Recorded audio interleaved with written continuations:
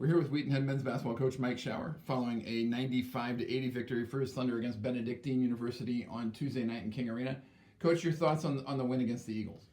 Yeah, thankful to get the win. Obviously, the first half, Saturday was such a disappointing loss. We played so well at Hope and sort of made a handful of mistakes to sort of find a way to lose that. Obviously, give them credit, they hit a couple plays, but we sort of had a bit of a hangover from that in practice yesterday. You could feel it, and I thought we kind of still felt sorry for ourselves a little bit going into this game and just sort of had an emotional heaviness to us and didn't play particularly hard in the first half. And so fortunately, Reed Olson and Kyle Nibbs hit some shots to kind of keep us in the game a little bit.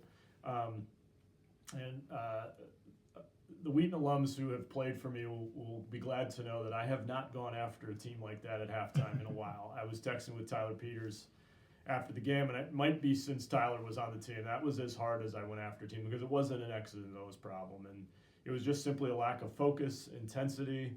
So I was really thankful to watch us respond, and was really pleased with Kyan Vanderwood, who is from West Michigan and was kind of carrying some of the weight of that, and to respond like he did in the second half. He had a couple of huge shots early in that half to kind of get us settled in with a certain level of intensity. And if we can hold teams to 32 points in a half, we're going to be pretty successful because we really are a difficult team to guard. So thankful to get the win, and hopefully we learned a lesson along the way.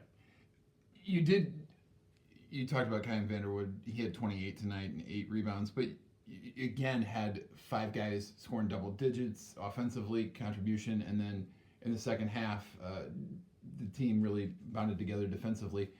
Talk about just what you got from the whole group tonight, particularly in the second half. Yeah, this was one of the best halves of basketball Soren Richardson has ever played. We actually moved him for one of the first times in his career to a truly elite offensive player and asked him to shut him down. And so Soren had 13 points, held that match up to 7, and really set the tone defensively, and was the best player on the floor for much of the second half because of his ability to defend. And he's grown from a guy that struggled defensively at times, was not interested in defense, to truly becoming a good defensive player. And as a result of that, has become such a complete player. I also was pleased that people focus on him so much with their defense. He kicked out a couple times. The big 3 Carson Greer hit was really the response of Soren just making the right play. So I was just thrilled with Soren's play because he embraced the defensive end of the floor.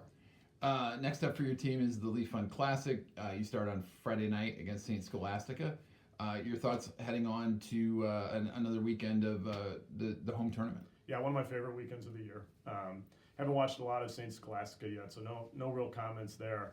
But, and this, it's really important to me as the years go by that my team and Wheaton basketball recognize, remember, and honor Leaf Fund and Mibbs.